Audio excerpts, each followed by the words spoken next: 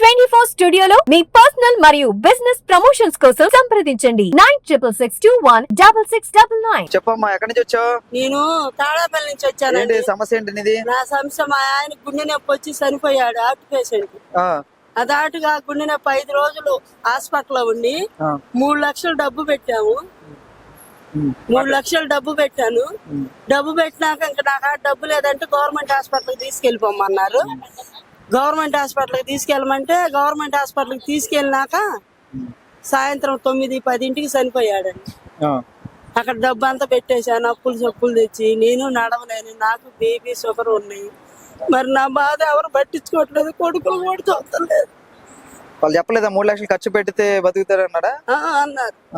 అన్నారు ముందు ఒకసారి అన్నారు. గవర్నమెంట్ హాస్పిటల్కి ఎందుకు తీసుకెళ్ళమన్నారు? ఇంకా మీ కాడ డబ్బు లేదంటున్నారు కమ్మా, నమ్మకం చెప్పలేము తీసుకెళ్ళమన్నారు. నమ్మకం చెప్పలేము తీసుకెళ్ళమన్నారండి. చాలా లెక్క అప్పు పెక్కొచ్చి పెట్టాను. ఇప్పుడు ఎవరు పట్టించుకోవట్లేదు, అప్పులో ఒత్తిడి చేస్తున్నారు నన్ను. మరి నేను ఏమైనా పోసుకొని సావాలా? నా పరిస్థితి ఏంటి? అంటే ఇక్కడికి ఎందుకు వచ్చినట్టు అసలు? న్యాయం చేస్తాడేమో, నాకేమన్నా సాయం చేస్తాడేమో అని వచ్చానండి.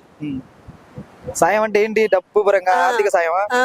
అదండి, అదేమన్నా. నాకు పింఛన్ కూడా లేదు, చనిపోయిన మా ఆయనకి కూడా లేదు పింఛన్.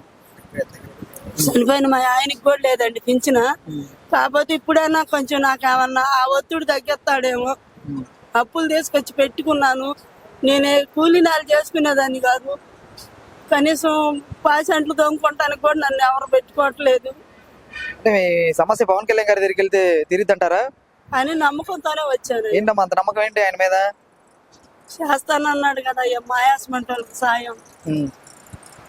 చూసారా ఇంత ముందు ఎవరికైనా ఇలా చేయటం? ఆయన నాకు తెలియదు అయ్యా, నేను ఆళ్ళ చూసి వచ్చాను. నాకు న్యాయం చేస్తాడని నేను వచ్చాను. ఫైనల్ గా ఆయన దగ్గరికి వెళ్తే న్యాయం చేస్తారండి అని ధైర్యంతో వచ్చాను. మరి ఆ న్యాయం ఏదో ఇప్పుడు నాకు ఆయన చెయ్యాలి.